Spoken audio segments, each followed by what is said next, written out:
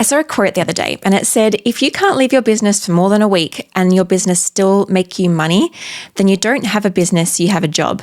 And I was like, oh, that's so true. So many of us in business, we play it small. We think, oh, I'm just going to make myself a little job and have on the side. But if you're that kind of ambitious kind of gal that's wanting to grow that business, and if you're ready for that next stage of business where you are hitting that revenue goal, or you are calling in that champagne client, or you're moving to that next level, then you need premium graphics to get you there, a premium brand to get you there, $1 million brand to get you there. But by premium, I don't necessarily mean corporate and stuffy and professional. And that's what I want to chat about today. I want to debunk some of the myths around what a premium $1 million brand actually looks like and how you can involve this in yourself. Now, this is part of a 4-part series I'm going to be doing, maybe even more videos down the track, but I want to share with you some crucial aspects to how you can build a brand that is $1 million that will take you to that next level in your business. And today we're starting with those myths. Like, what brand and design myths are you believing right now that is holding you back from reaching that next stage in your business? Let's dive in.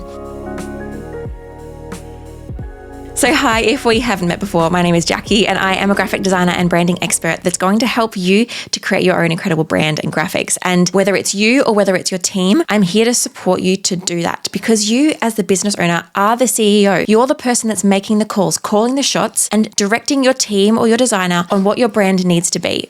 Your designer and your team, they're not working in a vortex. You can't just say, make me $1 million brand. You need to give them direction to do that. And that is what this video is going to do. It's going to equip you to make those right decisions. All right, so the first myth that you are believing is that your posts and your Instagram and everything needs to be perfectly curated to be successful. And that is simply not the case. At the very end of this video, so make sure you stick around. And if you're on the podcast, you can head to the blog version of this so that you can see these images. But at the end, I'm going to show you and step you through some brands that are embodying the tips and the strategies that I'm going to share with you in this episode so you can see these things in action. And so that first myth of being perfectly curated, that is a total myth. But what do you actually need? What is the thing? And so the thing that you actually need to do, rather than having a perfectly curated Instagram grid, are you ready for it? It's really, really fancy.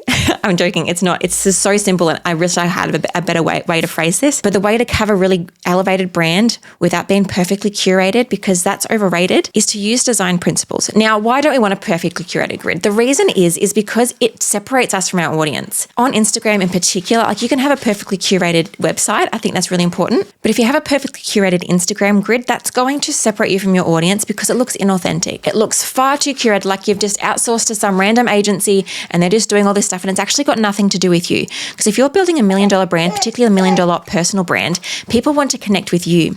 They want to see you in everyday situations. They want to connect with you. They want to know it's you behind the Instagram page. And when it feels too curated, it loses trust. And trust is one of the biggest things that helps people to buy from us. When they feel like they can trust us, they can feel like, oh, hey, whatever she's sharing with me, whatever services or products she's offering are incredible. I trust her because she comes across as authentic. She comes across as professional. And so that's the clincher. That's the difference. We don't need to be curated, but we do need to be professional. And when I say professional, I'm not meaning like stuffy and corporate and like really structured. What I'm meaning is clear, clean design principles that are being used to communicate really strongly. And so by design principles, I'm going to do a whole video in this series on how you can actually utilize these design principles to communicate so clearly, to kind of call to your audience and say, hey, I am the person to work with. I look incredible and I am incredible because I am professional. I'm not this like little side hustle. I'm not just like doing this as a job. I am scaling this business and it is incredible. Like saying all those things just at a glance to your audience. And so design principles can do that. I'm going to go into a whole video around that and some examples on how to use it. But in essence, using things like hierarchy to tell a visual story that your audience is captured when they see something of yours, whether it's an Instagram post or a Facebook ad or a lead magnet, whatever they see, they're taken on a visual journey through that. It looks clean and structured and considered, because that's the difference. We don't need things to be curated to be considered. And when your brand feels considered, when it feels like someone's actually like, oh, hey, that person, like they look incredible. They look like an industry leader. They look like someone that when I'm ready for this X, Y product or service, I am ready to work with them because they are the one I want to work with. That's what branding can say. And it doesn't have to be done through a curated, perfect Instagram grid, but does need to be done through design principles. And the biggest way to do that is through things like consistency, hierarchy, contrast, white space. And I'm going to go into all of these soon, but at the end, I'm going to share with you some examples on this actually in practice. You can see what this looks like to not have perfectly curated, but to have a wildly successful Instagram page as a business. All right, myth number 2 that so many business owners think that they need is that they need to outsource their design to a professional. That is not the case, my friend. And I don't know about you, but like even as a business, as a designer, as my design studio team, we do design for 7-figure business owners, right? But still so much of the time, we are just creating a template for them and they're still getting their virtual assistant or even themselves to do the actual designing of particular posts. Because what happens, especially in online business, is that it moves quickly. You have this really great idea for something and you want to put it out there, or you've got a lead magnet that you've got put out in the world and you realize it's not quite performing perfectly. So you need to tweak that Facebook ad, or you need to tweak that Instagram post, or you need to even tweak the lead magnet. If you have to wait for a designer to do that, even a designer on retainer, it's still going to take a week, 2 or 3 to do that. And it's going to get quite exy. It's going to be quite expensive. And so what I suggest instead is that either you or your team, like your close-knit team, like having a virtual assistant that's working for you quite a few hours a week, equipping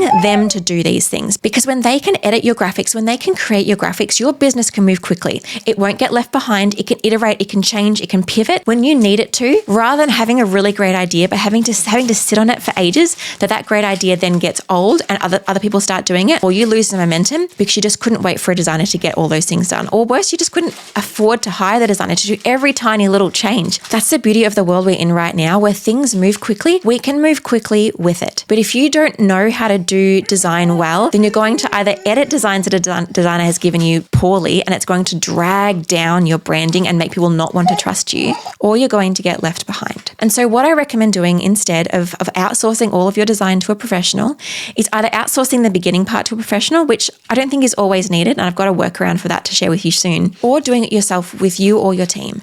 This is possible to have a professional brand while doing it yourself. I have a whole series on rebranding. I'll link that here and in the description so that you can go back and watch this, because there are just things that you need to know. And when you know these things, you can build a professional brand. You know, it's not rocket science, but it does involve strategy and intentionality and doing things professionally. And I want to show you how to do that. And then once you have that brand, whether it's outsourced or whether you did that yourself, to make sure that you and your team can do these things yourself quite quickly. You know those design principles I was chatting about before, so you can edit designs, because if you need to go back to a designer over and over again, that's going to cost you valuable time, momentum, and money. And if you want to get ahead, if you want to grow your business, if you want to scale, you need to be moving efficiently. And that's what doing things in-house with you or your team can do. You have that ability. And it means that you're not just butchering the designs that you might have paid for or the branding that you spent so long doing because you don't know how to actually apply that across changing a social media post or editing a Facebook ad or editing a lead magnet or making those things from scratch yourself.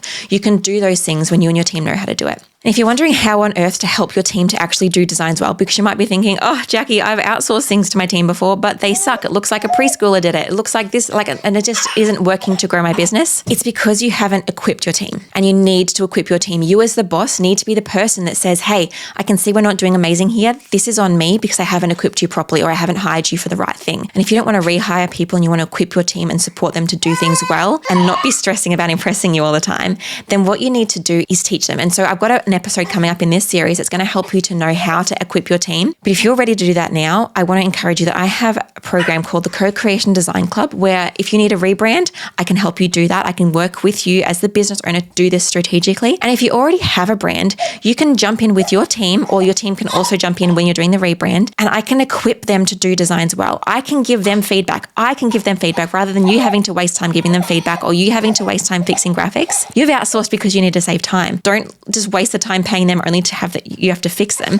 Let me approve the graphics for you so that they can be incredible, so they can grow your business. Now, I just want to make a note. If you can hear baby noises in the background, it is because my son has woken up and he is chilling with me and he's playing happily with his toys, but it means that he is making lots of noises at the same time. So if you can hear in the background, that is my little son. He's nearly 7 months old, which is wild. All right, so that is that second myth is you don't need to outsource to a professional designer and have things take you lots of time and money and losing momentum. You can in-house with your team or yourself, but it does need to be done well if you want that premium $1 million brand. Okay, so the third myth about $1 million brand is that you need some fancy, classy, gold foily, serif-fonty kind of brand when you don't. If you want a gold foil, fancy, serif-y kind of brand, serif is a kind of font that it's kind of like Times New Roman. It's got the feet and it looks really suave, but you don't actually need that if you want a premium brand. If you want $1 million brand, you don't have to look fancy and luxe if that's not your vibe. You know, it's not my vibe, and it's not the vibe of a lot of people that I work with, but it is what we somehow think we need to do. What you actually need is to speak to these 3 things perfectly. your target audience and what they're feeling they need from you and what they're expecting from you and the kind of people that they are and the kind of graphics that they're drawn to. You also need to make sure that you're speaking to you as a person. If you are a personal brand, your branding needs to represent you and what you love. That will help you to show up authentically, and it will also help to create this really beautiful flow between when someone sees your branding, your website, your graphics, and they go into working with you. It's all this one same journey. It's not a really suave brand and then you're a really playful and charismatic person. We want our branding to represent who we are. And thirdly, it needs to represent your USP, your unique selling point. How can you represent your offering through your graphics visually so that when someone sees your branding, they're already understanding how you work, what you do, who you work with, all of these things. So instead of just thinking, oh, because I want a premium brand and I want $1 million business or I want XYZ, then I need to have like these specific design things. That's not true. You can have many ways of doing design. There are 1,000 ways that you can have a premium brand without having to go down the classic premium kind of vibe. And again, I'm going to show you some examples at the end or in the blog post that you can see that actually represents these great brands that aren't following the classic guides of what a $1 million business needs to look like. And the fourth myth before I show you these incredible examples of $1 million brands is that people think you need to have all this customization, you need custom designs for every single post, everything needs to be different and new and fancy. And it's simply not true. When you try to do everything different all the time and everything fancy, not only does it cost you valuable time and money on making these fresh designs all the time, but it also means that you lose consistency and recognizability with your audience. So what I recommend instead is not worrying about everything being fancy and new and different all the time, but it's about focusing on consistency by following your brand style guide and using templates. It's not rocket science. We don't need to reinvent the wheel to be successful. The most successful business owners are the ones that are working strategically to make sure that they're not wasting their valuable time and money and their resources doing things that aren't actually going to grow their business, getting distracted by the shiny objects, getting distracted by the cute new templates, getting distracted by rebranding every second day, but focusing down on that consistency and using templates and their brand kit to really build in that professionalism. So instead of reinventing the wheel, I want you to sit down and make sure your brand is solid. I don't want you to just have this great logo. I want you to make sure that all of your fonts and your colors are sorted. But not just that. People always stop at just fonts and colors and logo, but that's not where your brand lies. Those are really, really great things and important things to have, and I have them all. But what's really going to bring your branding home and to help this be consistent, even though all your templates are relatively similar, are brand elements, your branding style. Like what little graphics are you using? What little patterns are you using? What kind of illustrations are you using? You can change the way you lay those out. You can change the way that you use them on different posts to make them different enough that they don't feel repetitive and boring, but it's not taking you too much time and it's still bringing in that recognizability. Because if you're changing everything up all of the time, even if you're keeping the same fonts and colors, your branding is still going to be tricky for your audience to recognize. And that means that when they're going from, whether it's going from your Instagram or a Facebook ad to a lead magnet webpage or to downloading the lead magnet, if all of those things aren't perfectly consistent, the brand story isn't going to be there. It's not going to be backed up by your branding because it's chopping and changing all the time. Or if someone's chosen to follow you on Instagram and they've learned that maybe you do this kind of style of post, but then you change it up next time because you're getting bored or you're wanting to do something different, that means they're not going to recognize things. And so what we need to do is really, really focus down, use our time strategically, use our resources strategically, create a set of templates for ourselves, create a brand kit for ourselves, and stick with that. Not feel like we need to reinvent the wheel all the time because that's just costing you time and money that you should be spending on making sales and on scaling your business. All right, so now it's time to look at some examples of these things in action. So I want to show you some examples of some premium brands, some $1 million businesses that aren't just plain and boring and aren't wildly curated, that kind of back up what I've been sharing with you today. So if you're on the podcast, make sure you jump over to the blog where you'll see examples of all these photos. And obviously, if you're watching on YouTube, you've got them all here. You can also just jump over to YouTube if you're listening to the podcast as well. So first up, I've got Kelsey Chapman. So you can see here that her brand isn't stuffy, it's not corporate, it's not super like clean and crisp and fancy pants. But what it is it's trustworthy, it's consistent, and it's clean and it's beautiful. And you can see on her Instagram grid over here, it's not wildly curated. It's got some element of her brand colors on here, but a lot of it is just her sharing relevant imagery that backs it up. But you'll see here for her Instagram grid, it's not wildly curated. She's using her brand colors and her brand fonts, but other than that, it's really just photos and relevant imagery that she's using. Now, what you do here will be dependent on your brand. If you're a coach, then you can usually get away with a few more imagery. If you're a product, you can usually get away with a few more images. But if you're a classic service-based business, it's a little trickier, but still don't underestimate the power of just using images of yourself. It can be a really easy way to post, and it can build a lot of connection, and it can look really professional, provided you have professional photo shoot images to use. If you haven't yet had professional photo shoot imagery, but you're in that 6 to 7 figure growth area of your business, I would highly recommend getting some brand photos because that will elevate everything instantly. But obviously doing the groundwork of your brand strategy before you get that brand photo shoot will be super important, because obviously my brand photos, for example, which I'll show you soon, are very, very different to the brand photos of some of the other brands you'll see here. So knowing your brand strategy before the photos is really important. All right, next up, I want to show you Ali Swift. Now, Ali is one of my clients, so this is some design stuff that I've helped her with. And again, I don't actually design all of these posts. We give her templates and then she takes them from there because she knows how to actually do some basic design and principles. And you'll see here again, we've got a wide range of posts.